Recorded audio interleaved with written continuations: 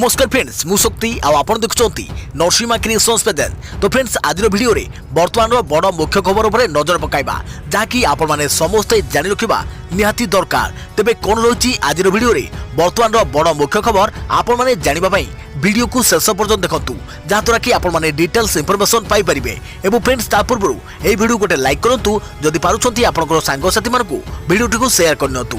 जदि फ्रेंड्स आपण माने आमो चैनल ले नुआ ही वीडियो देखुछंती पूर्व केबे भी हमरो चैनल को सब्सक्राइब करनाती तबे निहाती चैनल को सब्सक्राइब करे सहित पाखे आस्तुवा बेल आइकन को बजाय रखतांतु। तो फ्रेंड्स नंबर 1 रही जागर पई जारी हला गाइडलाइन मेला को ना गहली को मना नियम न मानले कड़ा कार्यानुष्ठान। जागर पई जारी हला कटकणा कोरोना महामारी को दृष्टि रखी एसआरसी पक्षरु गाइडलाइन जारी कर जाइछि। शिव मंदिर भितरे और बाहरे गहली उपरे कटकणा जारी कर दैथिबा बेले जेपरि कोनोसी मेला न पड़े ताहा उपरे मध्य दृष्टि देबाकू कह जाइछि। एने समस्त जिलापाल और म्युनिसिपल कमिशनर को चिठी लिखि निर्देश दैछंती स्वतंत्र रिलीफ कमिशनर। गाइडलाइन अनुसार जो माने नियम उल्लंघन करेंगे से विरुद्ध में कड़ा कार्यानुष्ठान ग्रहण कर चिठी उल्लेख रही। आसंता 11 तारिख में राज्य में पालित हो महाशिवरात्रि पूर्व जागर उपलक्षे विभिन्न शैवपीठ में मेला बसी थाए किंतु एथर मेला बसिया उपरे कटकणा जारी कर जाइछि। तेबे एने स्थानीय प्रशासन निष्पत्ति नेबे बोली चिठी में कहुଯାଇଛି।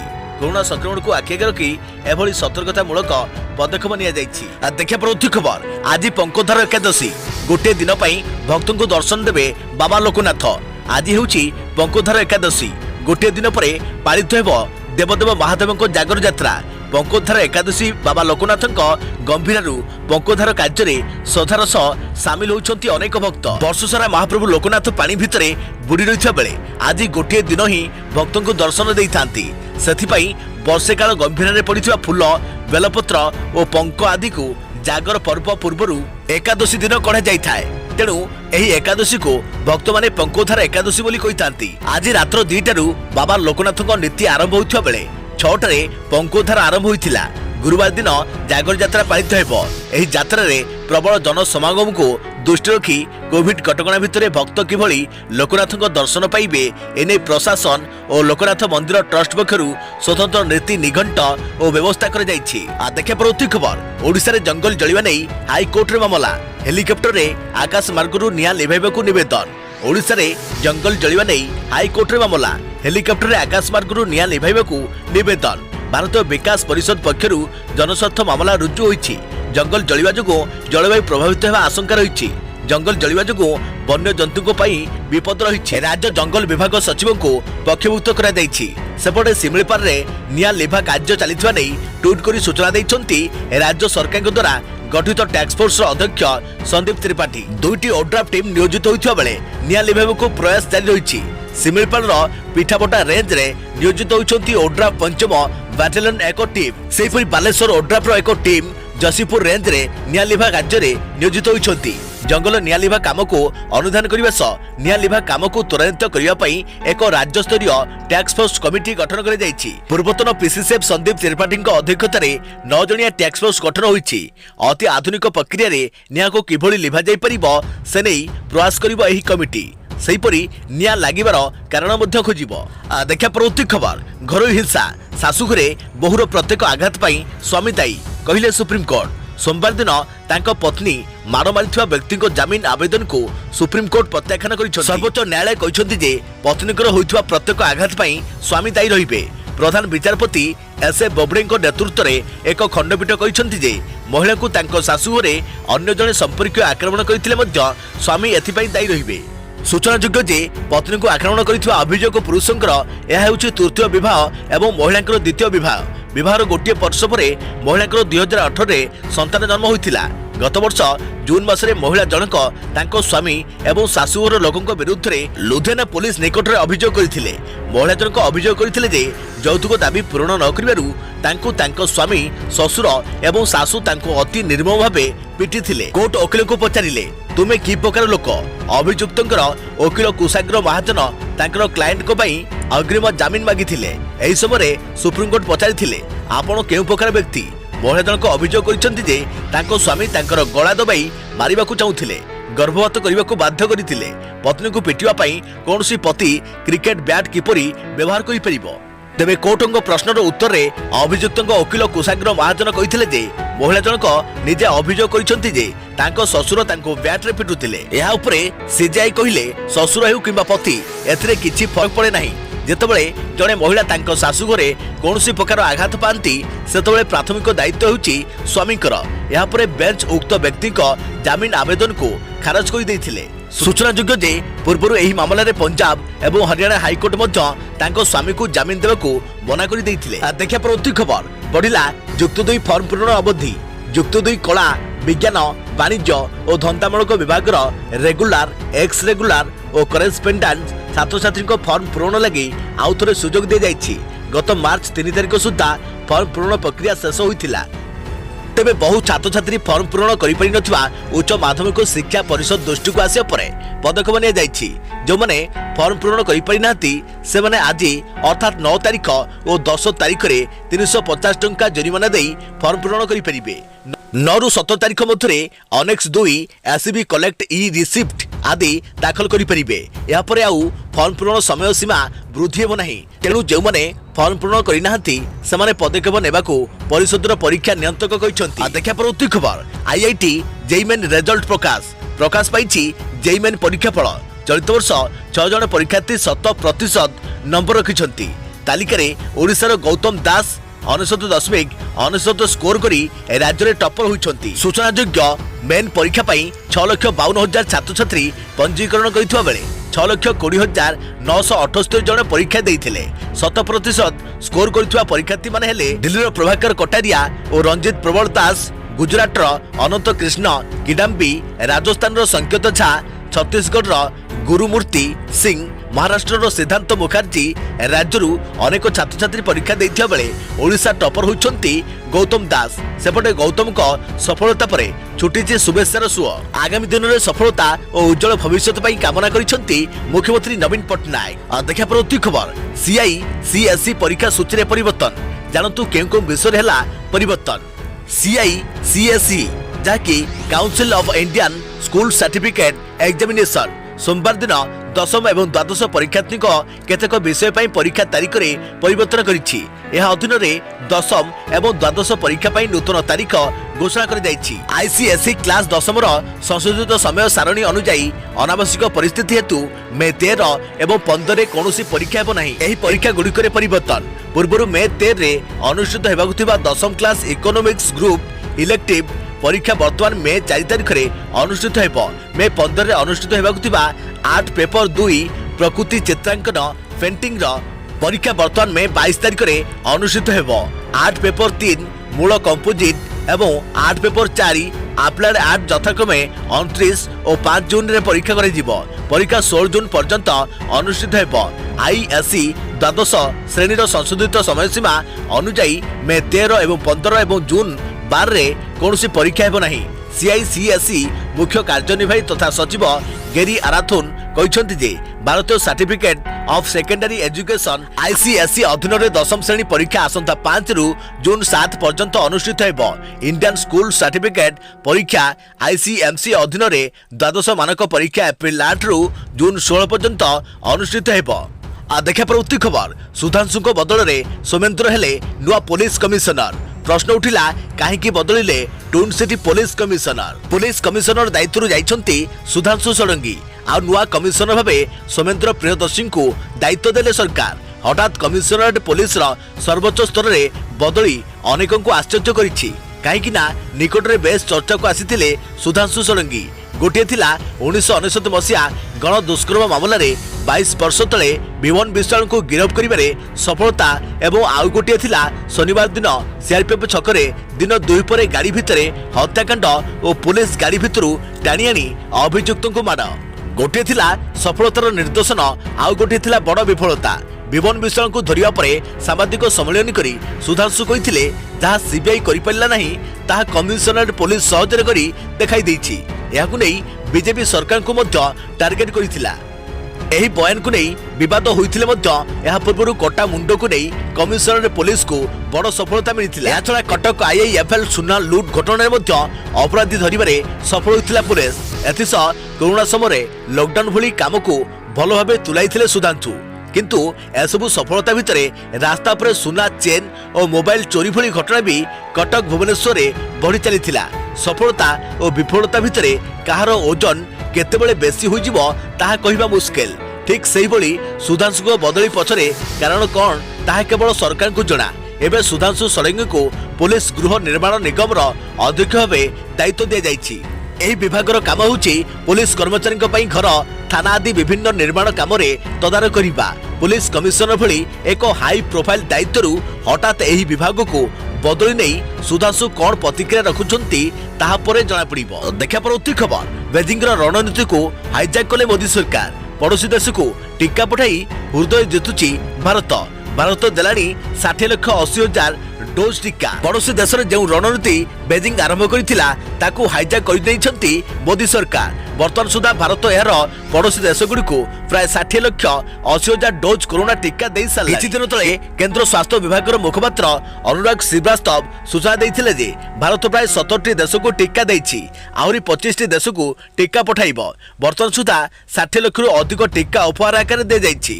सेहिपरि 2,94,00,000 डोज टीका बिक्री कर जाइछि। Bangladesh, Myanmar, Nepal, Bhutan, Maldives, Mauritius, Seychelles, Sri Lanka, Bahrain, Oman, Afghanistan, Barbados एवं डोमिनिका रिपब्लिक भली देश को टीका जोगाई देइछि भारत। सेहिपरि समग्र विश्व में स्वास्थ्य समस्या पर नजर रखुवा अंतर्जातीय स्वास्थ्य संगठन WHO जहाँकि हु कोवैक्सीन नारे एक प्रोग्राम आरंभ करिछि। एथिरे गरीब देश गुड़ी को अन्य विकसित किंबा विकासशील देश टीका जोगाई देबाकू योजना रही। एही योजना भारत आफ्रिकीय देश जातीय संघ स्वास्थ्य कर्मी को मागଣା टीका जोगाई देइछि। हेले एही समय भितरे चीन गरीब देश गुड़ी को देइछि 30,90,000 डोज टीका। समस्त पड़ोशी नेपाल, बांग्लादेश, श्रीलंका को कोरोना टीका जोगाई देइछि भारत।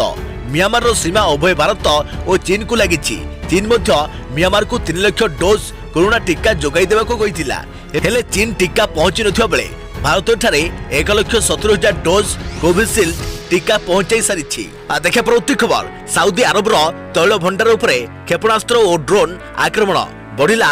अशोधित तैल दर बैरेल पिछा $70 रु अधिक महंगा है।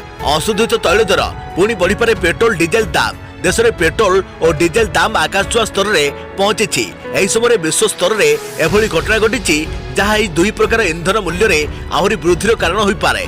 विश्वर एक प्रमुख उत्पादनकारी देश सऊदी अरबर किछि तैल भंडार उपरे क्षेपणास्त्र और ड्रोन जरिए आक्रमण होइछि। मध्यप्राच्य देशगुड़िक मध्य चली आंचलिक विवादर परिणाम स्वरूप एभली आक्रमण होइछि। एही खबर जनापड़ा पर अशोधित तैलर बैरेल पिछा दाम $70 रु अधिक हो जाइछि। अशोधित तैल को विशोधन करी सेथिरु पेट्रोल और डीजेल और अन्य पेट्रोलियम सामग्री उत्पादन करे जाए। जेहेतु आमदानी कर अशोधित तैल महंगा होइछि तार सीधासलख प्रभाव पेट्रोल और डीजेल खुचुरा दाम रे पड़िबार आशंका रही।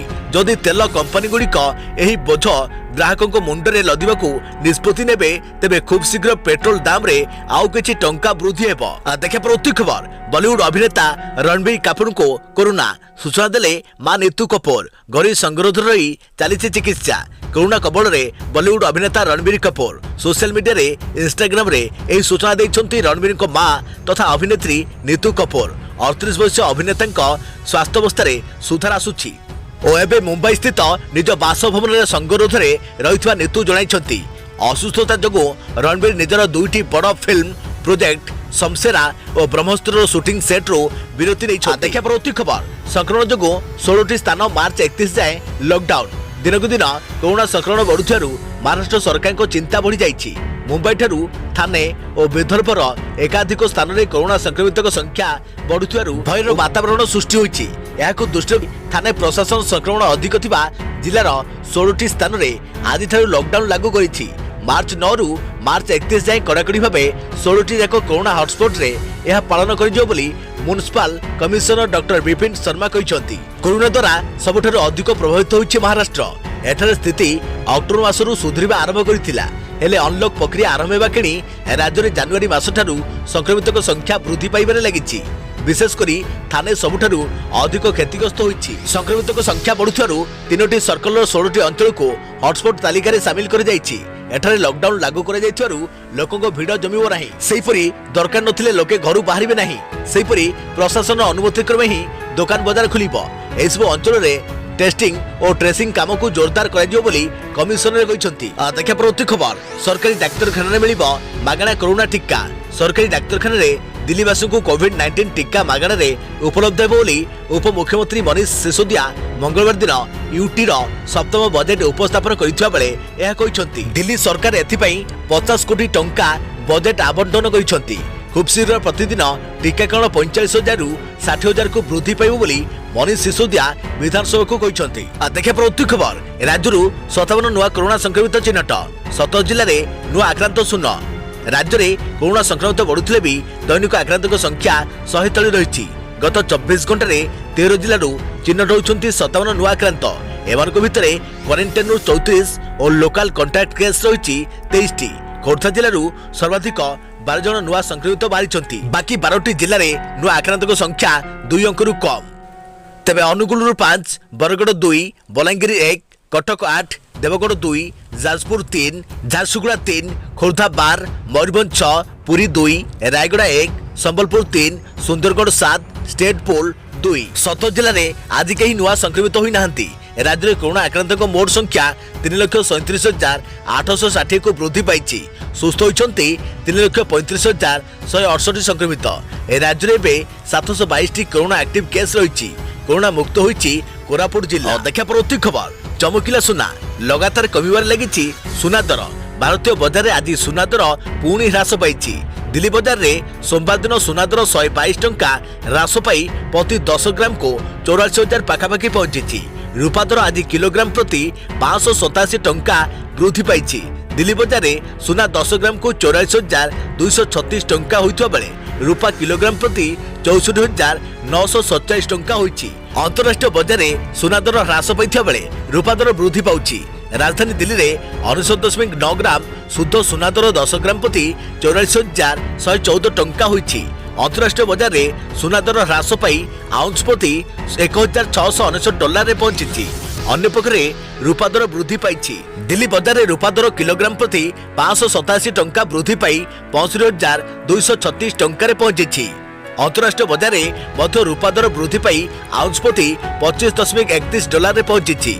विशेषज्ञों कहवा अनुଯାयी अंतरराष्ट्रीय बजार में सुना दर ह्रास पाइबा जोगु तार प्रभाव भारतीय बजार में मध्य पड़ुछि। देखा प्रति खबर कोरोना लड़ाई में आउ पदे आगेला भारत बायोटेक हैदराबाद में नादाल वैक्सीन जरूरीकालीन परीक्षण आरंभ कोरोना विरोधी लड़ाई में आउ पदे आगेला भारत बायोटेक देश में भारत बायोटेक नादाल वैक्सीन बा नाकरे दि जाउथिबा टीकार जरूरीकालीन व्यवहारिक परीक्षण प्रथम पर्याय परीक्षा आरंभ होइछि। हैदराबाद एही परीक्षण आरंभ होइछि।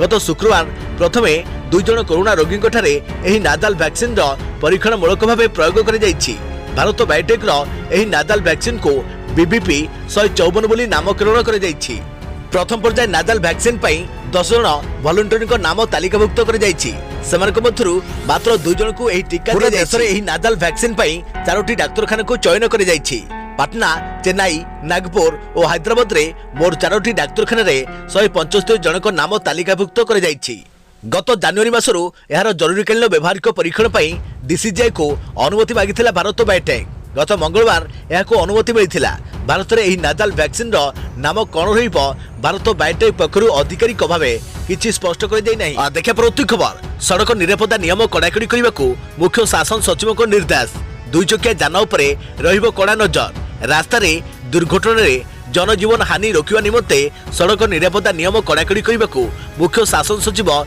सुरेंद्र चंद्र महापात्र आज राज्यर पुलिस अधिकारी और आरटीओ मान निर्देश देइछंती। एथिबाई लक्ष्यभेदी कार्य योजना प्रस्तुत करने को से कहते। आज लोकसभा भवन में सड़क निरापत्ता स्थितिर समीक्षा करने एक उच्चस्तरीय बैठक बसीथिला। एथिरे वाणिज्य और परिवहन विभाग प्रमुख शासन सचिव मधुसूदन पाढ़ी सड़क निरापत्ता संबंधी तथ्य उपस्थापन करथिले। यापरे जिलापाल और एसपी माने वीडियो कॉन्फ्रेंसिंग माध्यम रे निज निज जिले में निया जाउथवा विभिन्न कार्यक्रम संपर्क में सूचना देथिले। मिलिथवा सूचना मुताबक जातीय स्तर में रास्ता दुर्घटना जनित मृत्यु जोगो प्रतिवर्ष जीडीपी प्राय 3.14% क्षति होइछि जहाँकि प्राय 4 लाख कोटी टंका समान। एथिरे प्राण हराउथवा लोकंक मध्यरु प्राय 76% 18 रु 45 वर्ष उत्पादनक्षम व्यक्ति ओडिशा रे सड़क दुर्घटना रे मृत्युवरण करुवा लोकों भितर 41% भाग हेलमेट न पिंधा कारण होता है। सेपरि 69 भाग दुर्घटना द्रुत गाड़ी चालन जो घटुची। 2019 रे प्राय 2397 जन दुई चकिया जान चलाड़ी हेलमेट न पिंधा कारण मस्तिष्क आघात रे प्राण हराइछंती। सेहीपरि 2019 रे समुदाय 5333 जन व्यक्ति सड़क दुर्घटना रे प्राण हराइथिले बोली कुआ जाइछि। 2020 रे किंतु यार परिणाम 11 शतकड़ा ह्रास पाइछि।